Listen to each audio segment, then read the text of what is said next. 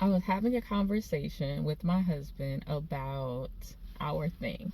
So we were talking about how couples have a thing. Some couples, do this, and some couples do that. And other couples may have this experience around this particular activity that they do together.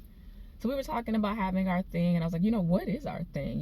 It's not like we don't know. I mean, it's been 15 years. We have many things that we engage in and participate in together, but we were seeking to pinpoint what the thing is. And I was like, well, we take walks together, we ride bikes together, we go out on drives and have these long, just involved talks. Um, we take trips, of course, but they're family trips typically. We do all these things. So I was listing like the things that we do. And he was like, well, we definitely do those things, but I'm not sure if I would call that our thing. So he proceeded to talk about when we were courting and we were first getting to know one another. Our thing was cooking together. We loved to just, go to the grocery store and find some fun ways to spice up a dish or put together some different spices. He's really good about like the chemistry of food science.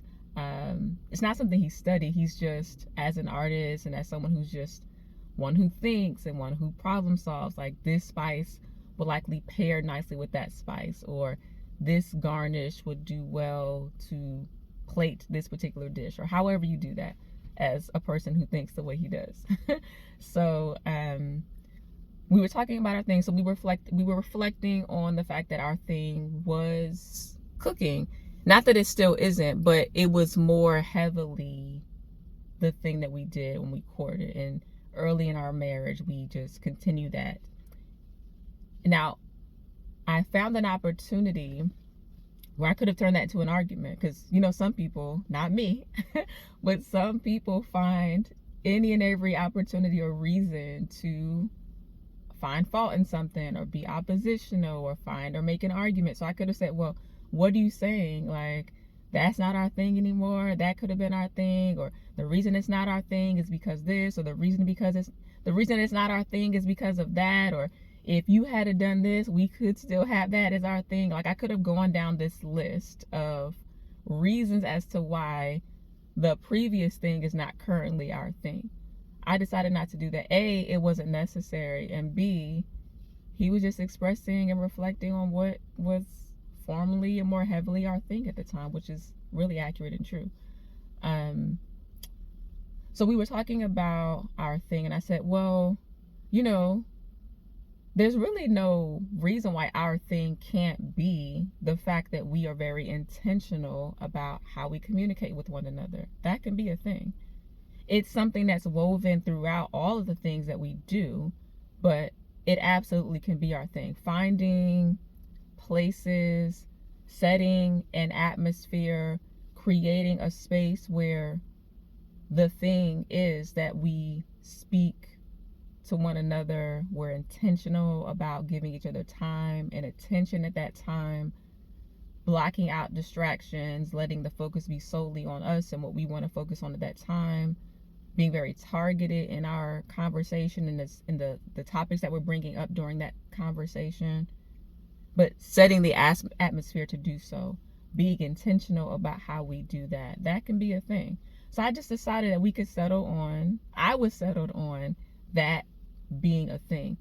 Not closing the door for the fact that we could take on any number of things, parasailing, skydiving, scuba diving, whatever those things that people like to do are or look like. But one of the things that I was bringing up in the conversation, I was like, it's easy to have a thing, but if that thing turns into an escape from the main thing, I wouldn't want that for our relationship. If that thing is the thing that masks what really needs to be addressed, what really needs to be talked about, I don't need that thing. If the only time that we were to interact meaningfully be authentic with one another is during the time that we're doing that thing or our thing or what we call the thing in our relationship, I don't need that either. So I was sharing with my husband and cautioning about how people can allow a thing that they call their thing in their relationship to be the very thing that keeps them from having the difficult and challenging and uncomfortable conversations. So certainly if you have a thing that you like to do, keep doing your thing. Roller skating together, or hosting events, or doing your business ventures, whatever that is, do your thing. Also allow for the thing to be a catalyst for conversation. Also allow the thing to be the thing that keeps you connected, deepens your connection, helps you to be more intentional about how you share with one another, how you highlight things in one another, how you express things meaningfully to one another. Let that be the source and focus of why you do the thing. Let it be a connecting point. Let the thing be the thing that connects you even more.